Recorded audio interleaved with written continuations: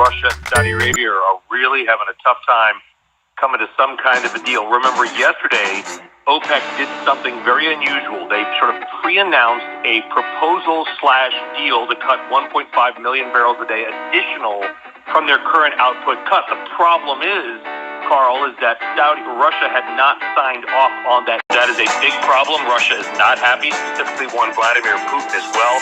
Russia has a much higher cost, and so Russia needs higher prices. The problem is Russia wants both things.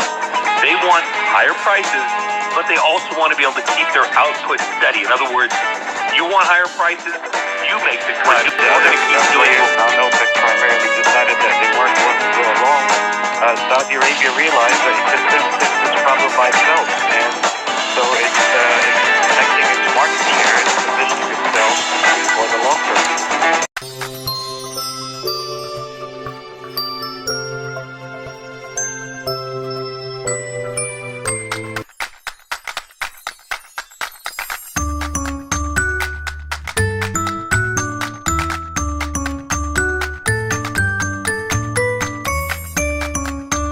Russians have been increasing their sovereign wealth fund reserves and foreign exchange reserves and gold reserves for the past several years to over $500 billion. The Saudis are at about the $500 billion mark as well, but the Saudi fiscal break-even is much higher. It's near $90 a barrel, while Russian fiscal break-even is in the 40s or low 50s. So the Russians, theoretically, and they've said it publicly as well, are likely to ride out the storm. Be able to ride out the storm.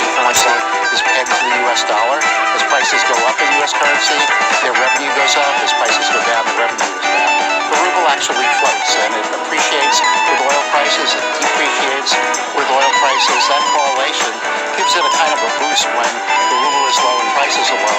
The shale sector is weak at the moment. I think Russia smells blood in that sector. So the last time the prices crashed back in 2016, we wiped out around 800,000 barrels a day of shale production, but that bounced back very quickly. So I think what Russia and now KSA are hoping is that we get a deeper price. 800 won't be enough.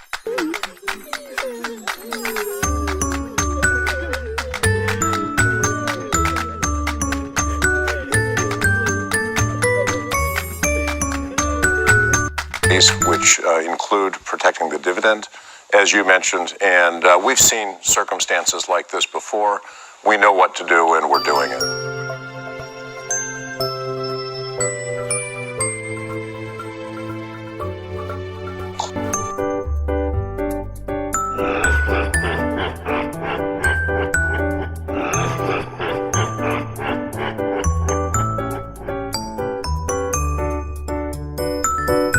I think both of the primary players on this, Saudi Arabia and Russia, thought this through before they began the price war. I don't think that it was not a rash decision. I think it was a considered decision.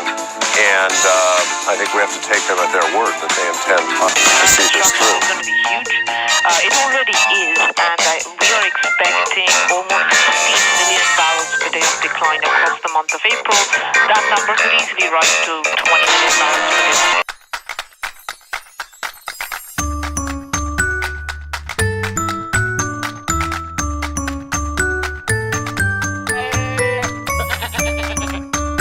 Because they're so financially stressed, they cannot even cut production because they'll go bankrupt. So the action is really to prevent waste. It's a disaster for many shale producers in particular, and we're watching it very closely. Saudi Arabia and Russia producing all they can produce is really damaging to American oil. OPEC has launched a price war, and the price war by definition targets the weaker players and puts them out of business, and shale is pretty weak today. So when you think about what's happening in the sector, we've seen the carnage in the equity market, we've seen it in the high yield market, but there is a ticking nuclear time bomb that's happening in the reserve-based lending market, and that's like the subprime of shale. So this sector for the better part of 30 years has been funded by the bank community with very cheap financing, typically 200 to 300 basis points over LIBOR, and that market has mushroomed to about a $200 billion market. To put that in perspective, that's 3 times the size of the high yield market.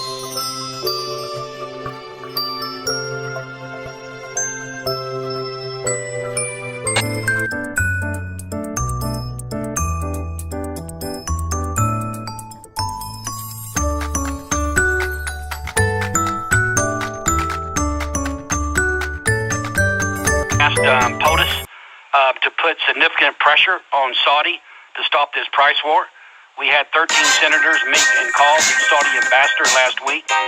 Pompeo has called MBS, we know that. The G20 and the G7 have both put significant pressure to stop this price war. If we don't, we're going to be importing 60% of our crude again. You were discussing just now about the possibility of the U.S. persuading Saudi Arabia to not unleash extra barrels onto the market from next month, and perhaps maybe even Russia comes back to the table.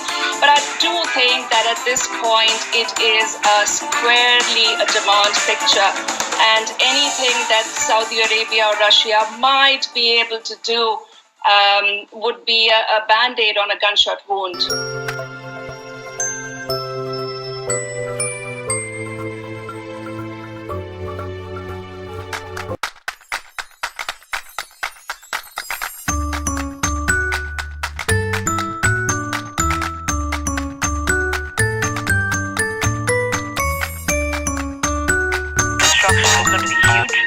It already is, and we are expecting almost 16 million barrels per day of decline across the month of April. That number could easily rise to 20 million barrels per day.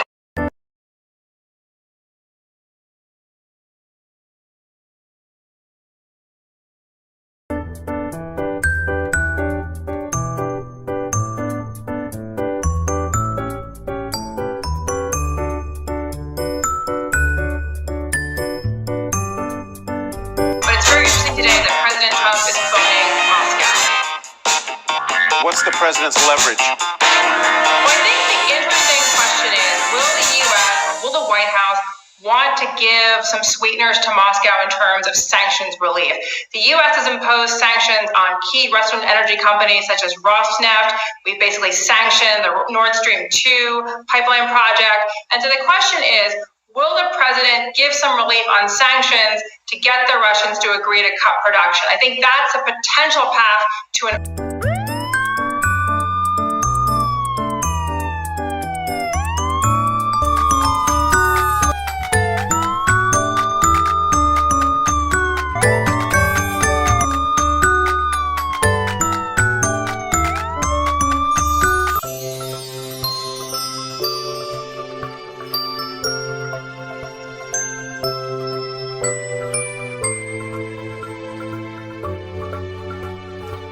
They're negotiating, they're talking, and I think they'll come up with something. I'm going to meet with the oil companies on Friday. I'm going to meet with independent oil producers also on Friday or Saturday, maybe Sunday. But we're having a lot of meetings on it. I think I know what to do to solve it. But if they're unable to solve it, then I think I know what to do to solve it.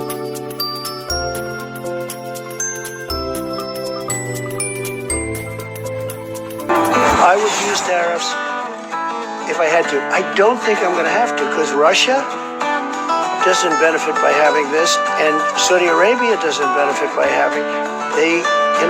Oil and gas are their major sources of income.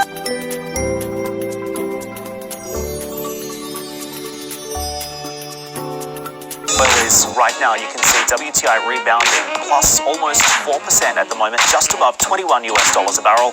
Brent crude holding on to 25, also advancing around 12.